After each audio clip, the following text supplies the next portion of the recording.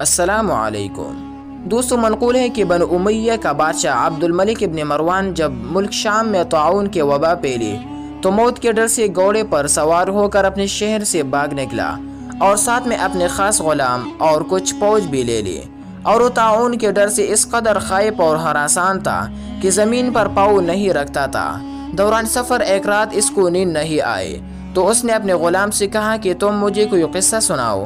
تو ہوشیار غلام نے بادشاہ کو نصیحت کرنے کا موقع پا کر یہ قصہ سنایا دوستو، کہ ایک لومڑی اپنی جان کی حفاظت کے لیے ایک شیر کی خدمت گزاری کیا کرتی تھی، تو کوئی درندہ شیر کی ہیبت کی وجہ سے لومڑی کی طرف دیکھ نہیں سکتا تھا،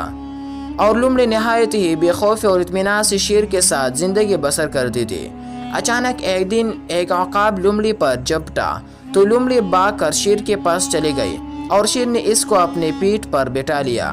عقاب دوبارہ جھپٹا اور لومڑی کو شیر کی پیٹھ پر سے اپنے چنگل میں دبا کر اڑ گیا۔ لومڑی چلا چلا کر شیر سے فریاد کرنے لگی تو شیر نے کہا کہ اے لومڑی، میں زمین پر رہنے والے درندوں سے تیرے حفاظت کر سکتا ہوں، لیکن آسمان کی طرف سے حملہ کرنے والوں سے میں تجھے نہیں بچا سکتا۔ یہ قصہ سن کر عبد الملک بادشاہ کو بڑی عبرت حاصل ہوئی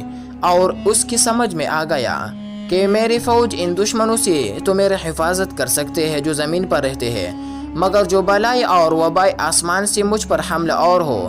ان سے مجھ کو نہ میرے بادشاہی بچا سکتی ہے، نہ میرا خزانہ اور نہ میرا لشکر میرے حفاظت کر سکتا ہے۔